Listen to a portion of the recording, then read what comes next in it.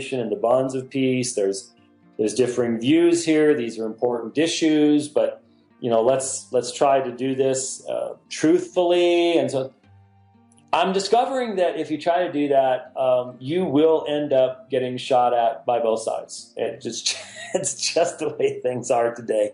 There's just no way around it. And I have now seen 2 articles. You know that a few weeks ago I mentioned the Trinitarian controversy that is going on in the world today. And in the Western English-speaking world, especially primarily in the United States, though there's a few folks in England involved as well. And I said, I'm not going to do a presentation on this yet. There's a bunch of stuff to read. I want to be very careful. But what I said was, could we have this conversation without the automatic utilization of terms like heretic, going to hell, false teacher, and all the other things?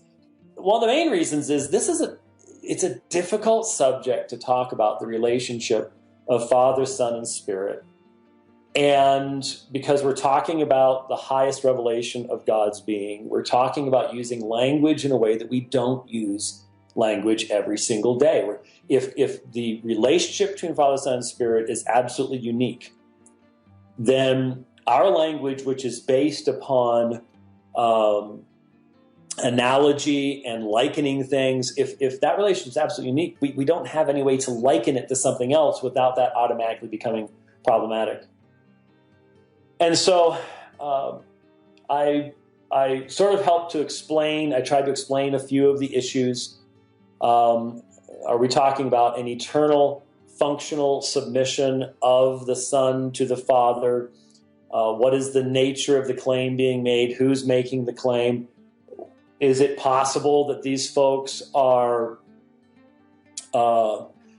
being influenced by other issues, specifically the egalitarian complementarian controversy in regards to the role of women in the church, and one of the things that I did say was I'm a little concerned by the tone of even people on my own side. I do have a side here.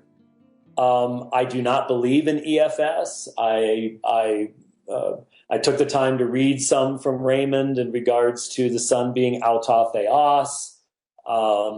I have some serious problems with what seems to me to be an incipient ontological subordinationism of the Son and the Spirit to the Father that is found in some of this material from Bruce Ware and Wayne Grudem and things like that. But my concern was that I don't know how far we're going to get in discussing this if our opening statement is accompanied by blowtorches or by the call for the execution of the other side.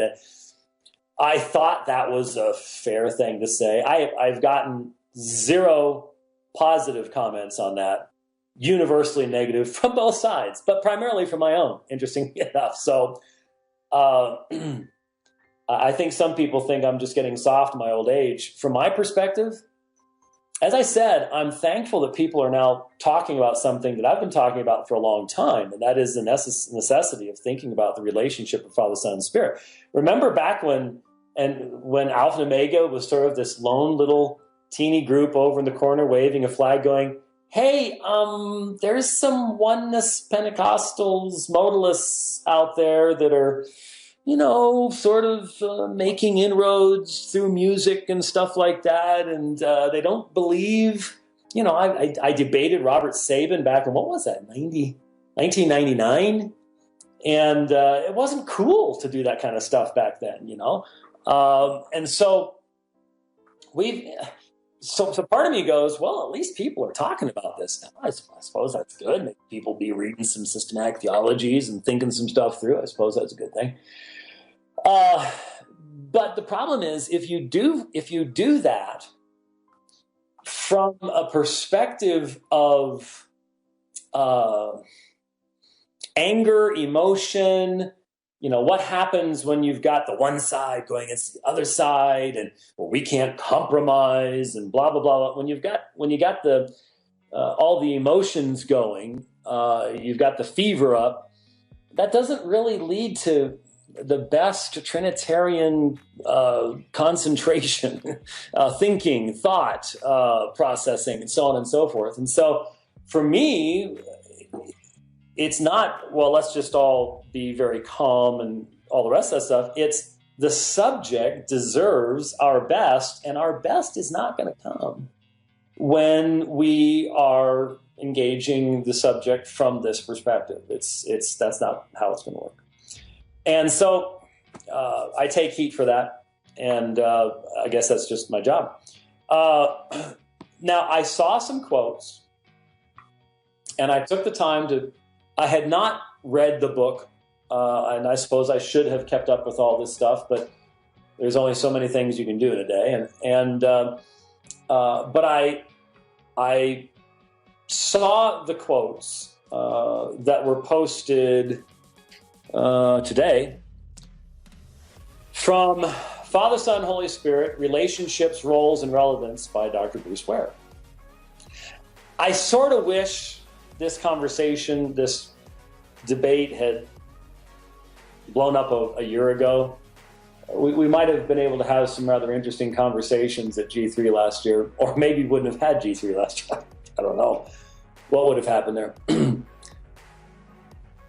There is a section in Dr. Ware's book that, look, I like I said, I took time to get the book and to read through this section, and the collection of quotes really isn't acontextual.